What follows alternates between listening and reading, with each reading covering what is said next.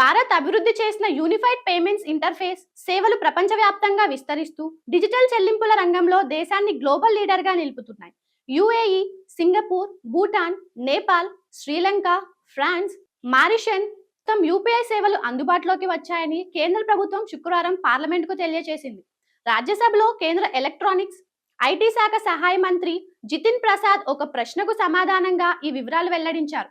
UPI అంతర్జాతీయంగా ఆదరణ పొందడం వల్ల విదేశీ మారక ద్రవ్యం బదిలీలు పెరగడంతో పాటు ఆర్థిక సమ్మిళితానికి ఊతం లభిస్తోందని ఆయన తెలిపారు. ప్రపంచ ఫిన్టెక్ రంగంలో భారత స్థానం మరింత బలపడుతోందని పేర్కొన్నారు. యూపీఐ మాత్రమే కాకుండా భారత్ యొక్క డిజిటల్ పబ్లిక్ ఇన్ఫ్రాస్ట్రక్చర్ లేదా ఇండియా స్టాక్ ను పంచుకోవడం కోసం ఇప్పటికే 23 దేశాలతో అవగాహన ఒప్పందాలు కుదుర్చుకున్నట్లు మంత్రి వివరించారు. డిజిటల్ ఐడెంటిటీ, డిజిటల్ చెల్లింపులు, డేటా మార్పిడి వంటి అంశాల్లో సహకారం కోసం ఈ ఒప్పందాలు జరిగాయని తెలిపారు.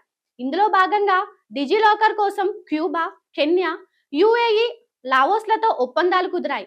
భారత్ తన T20 అధ్యక్షతన గ్లోబల్ డిపిఐ డిపాజిటరీని ప్రారంభించిందని, దీనికి అత్యధిక డిజిటల్ సొల్యూషన్ అందించిన దేశంగా భారత్ నిలిచిందని మంత్రి గుర్తు చేశారు.